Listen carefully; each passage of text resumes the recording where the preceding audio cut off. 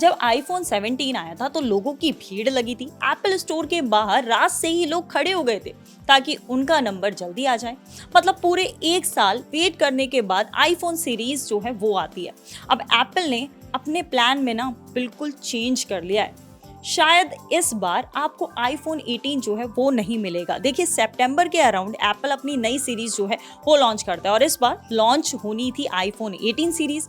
लेकिन लगता है कि आईफोन 18 के साथ में कंपनी अपनी पहले से जो स्ट्रेटेजी चलती आ रही है उसमें बदलाव करने की तैयारी में है। मतलब ये कि रिपोर्ट्स के हिसाब से एप्पल आईफोन 18 का जो लाइनअप है उसके सभी डिवाइसेस को लॉन्च नहीं करेगा, बल्कि इस बार प्रो और प्रो मैक्स जो है वो लॉन्च करेगा सितंबर 2026 में। और जबकि स्टैंडर्ड आईफोन 18 और आईफोन 18 प्लस या उसका रिप्लेसमेंट जो है वो आपको स्टार्टिंग 2027 में मिलेगा। मतलब डिले किया जाएगा, मतलब मिड मार्च के आसपास ये आपको मिल सकता है। अब कई सारे लीक्स और मीडिया रिपोर्ट्स में ये भी बताया गया है कि एप्पल जो है अपनी 18 सीरीज को एक ही इवेंट में लॉन्च नहीं करने वाला है। मतलब 2 फेज में 18 सीरीज जो है वो आपको मिलेगी और इस तरीके से आईफोन 18 जो है स्टैंडर्ड वाला बेस वाला वो आपको इस साल नहीं मिलेगा। मतलब ये कि जो भीड़ एप्पल स्टोर के बाहर लगी थी अब उसमें स्टैंडर्ड फोन खरीदने वाले शायद नहीं मिलेंगे। वहीं पिछले साल आया आईफोन एयर आईफोन 17 प्लस का कहीं ना कहीं रिप्लेसमेंट कहा जा रहा था और इस तरीके से अगर 18 के साथ भी ऐसा होता है तो 2027 में ही आपको ये मॉडल मिलेगा। लेकिन एप्पल इस बार 2 फेज में लॉन्चेस कर क्यों रहा है? सबसे बड़ी बात यह है कि यहाँ पर एप्पल की जो प्रीमियम स्ट्रेटेजी है उसको कहीं ना कहीं एक्सप्लोर किया जा रहा है। अगर पहले सिर्फ प्रो मॉडल्स लॉन्च होंगे तो यूजर्स जो है वो लेटेस्ट आईफोन लेना चाहेंगे और उसके हिसाब से प्रीमियम मॉडल्स जो है वो ज्यादा खरीदे जाएंगे।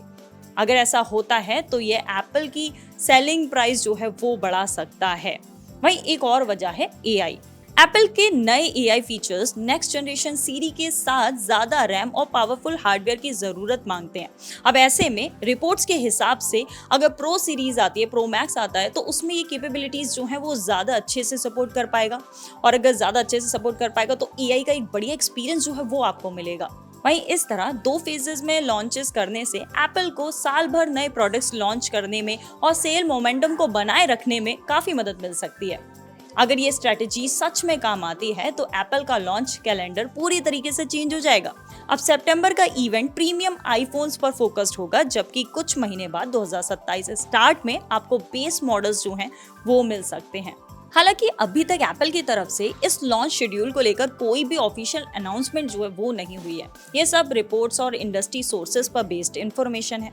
अगर आने वाले महीनों में एप्पल इस स्ट्रेटेजी को कंफर्म करता है तो ये आईफोन लॉन्च हिस्ट्री का सबसे बड़ा चेंज जो है उनमें से हो सकता है। लेकिन अगर आप एप्पल लवर हैं तो ये चीज़ आपके लिए ज़रूरी हो जाती है कि इस बार सारा लाइनअप आपको एक साथ नहीं मिलेगा। आपको वेट करना पड़ेगा आईफोन 18 के लिए और अगर प्लस आता है तो उसके लिए। अब देखना होगा कि सितंबर 2026 में एप्पल इवेंट में कंपनी किस लाइनअप को स्टेज पर रखती है। वैसे सुनने में आया कि आईफोन 18 सीरीज जो है वो महंगी होने वाली है। अगर हाँ तो क्या खरीदोगे? कॉमेंट में बताओ।